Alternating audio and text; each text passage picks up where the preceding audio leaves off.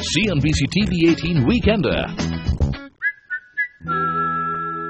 Welcome back. Still in conversation with the household of Emami. You know, before going into break, we were talking about Kesh King. We were talking about the individual brands. The one brand that really disrupted the market, which was there for the taking for your competitors, but you guys just swooped under it and launched Fair and Handsome. Tell me a little about that story. How exactly did you all decide to go into Fair and Handsome, and how did that come about? The idea came in almost 2002 when I was touring one of the markets. And when I saw some guys buying, the female fairness cream. So I asked the retailer why these guys are buying a female fairness cream. And then they said from his shop, almost 50% of his sales come from these boys who lives in this hostel. And suddenly the idea struck that then we did a lot of research, we understood, and we found that 30% of the men used women's fairness cream. I'm sorry, I'm interrupting you here. Any personal question? Have you all tried the product? I don't think you'll need to.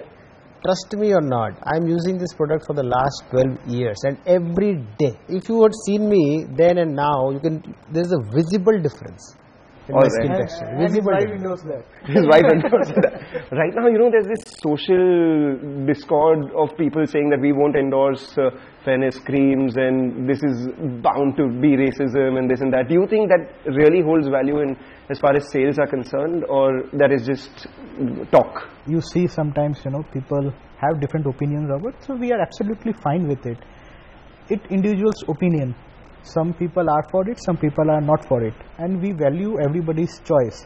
What we believe, it's a choice, and we want to give the consumers the choice. So any reason why the sales of the Fair and Handsome cream have come off in the last 9 months? I think it's down around 6%. What exactly is happening there? What are the challenges you are facing? The first few months were not growing, but last 4-5 months have been a slight degrowth. The overall category is slightly struggling, but I think we have changed our stance and we have come up with a new campaign which should lift the momentum. You all said you all had a lot of plans for the Fair and Handsome brand itself with the face wash launch, which is doing well. What exactly is the sales breakup between Fair and Handsome, the cream and the face wash? So it's almost 20% is face wash and 80% is the cream. Is that mix likely to change going forward? To what? What are your targets? Yeah, so face wash is a very emerging category. The category is growing at almost 20-25% year on year. So hopefully in the next 2-3 years, the mix should be roughly about 65 and 35. So how long before Fair and Handsome becomes a 1,000 crore revenue brand? I think, 5 years would be a good number to keep, to reach 1,000 crore, right? Absolutely. What kind of growth can we expect in Zandu in the next few years, at least the next 3 years on an annual basis? See, what we believe, Zandu as a brand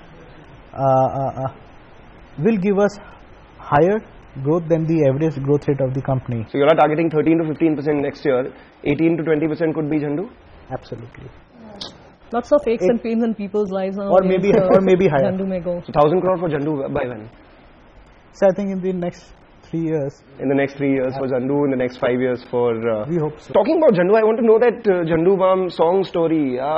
What came first? The Munni Badnaam Hui song, or the proposition that Zandu Balm should be added onto that and the advertisement? What happened there? No, I think it just happened, because they had put the brand name on their own and they decided to do that. So it became a super hit. So then finally we went to them and we, did a contract. So, but it was a roaring success. I would say it really helped It helped the sales as well? It helped the sales Absolutely. also, yeah. But see, the point is, though we hadn't done this Zandu Balm in the song, we have not done much. But we have been, as a company, we were the pioneers in doing in films. Yeah. Right from the days, there is a very old movie called Agar Tum Na Hote with Rajesh Khanna, Raj Babbar and Rekha, where the whole film is around Emami, where Rajesh Khanna is the owner of Emami. Rekha is doing modeling for Emami. Raj Babbar is the photographer who is... It's an in-film advertising of a different stature. So we have been doing in-film, since those days. I remember Emami not just being the pioneer of in-film advertising, the pioneer of advertising as a whole, because each of the individual brands, they have such distinct character and recall value. That's something that I wish to see you all continue that. Thank you. Thanks for your good wishes. What exactly is there as far as the new brand pipeline is concerned? In the next 1 year, how many launches can we expect? So we are not launching any new brands, to be honest. Our focus will be more on the power brands that we already have. Right. Yes, you will see extensions in the existing power brands.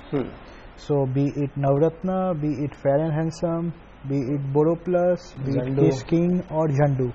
So these are our power brands where we want to focus because we see a lot of headspace over there to grow. I'll give you one example, in men's grooming, because Fair and Handsome is all about men's grooming. We have another brand in men's grooming called He. Yep. And there we have just launching a product, a face wash again, but it's a very, very unique and innovative product where you don't need water to wash your face. Okay, interesting. So in fact that has come through some consumer insights again, and our R&D and the innovation team did a When great does this job. product in coming launch? up. It's already being launched while we are talking. Emami, over the last 10 years, if you look, the revenues have grown 5 times from about 500-600 crores to 2,600 crores in the previous fiscal. The next 5 times of the revenue, which is roughly around 12,000 crores, when does that come for the company? The next 10 years? Next 5 years, next 8 See, years? to be honest, we don't look at the horizon of 10 years because we believe today's situations are, the market is very dynamic. Very fluid. We focus on the next 3 years to come. So what are the targets for the next 3 years?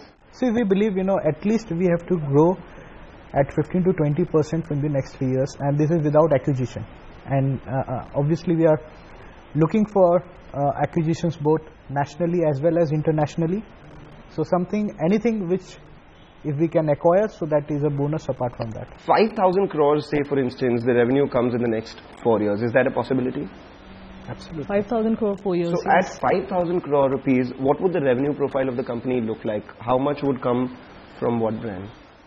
I think let's wait and watch for that. Yeah, but I think Ayurveda will take a big lead.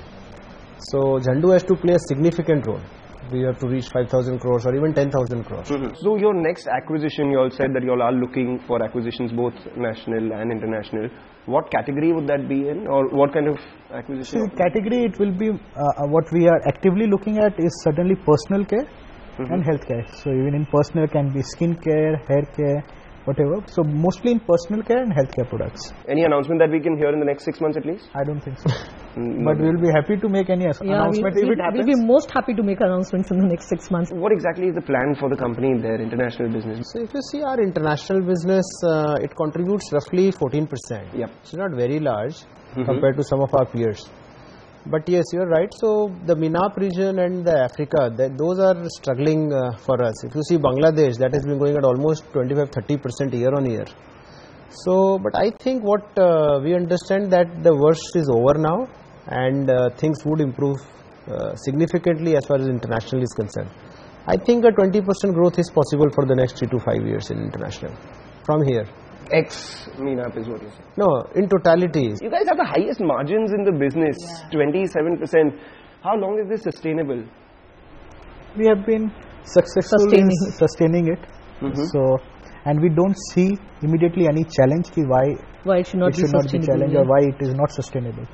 So we are fairly confident that we will be able to manage that. 27% will hold. Yeah. So 27% for the next 3 years, or next year will be 28, the year after that will be 29? No, we are looking at sustaining 27. 27 is a good benchmark. If we can even maintain that, I think it will be a So there's very no good thing for us. risk of it going below, significantly below that 27%. Yeah, I We don't don't see see that. that. We don't foresee any risks out there. Alright, we'll take a short break again. Come back, we'll talk some more fun stuff and the stuff about the family. Stay tuned. CNBC TV 18 Weekender.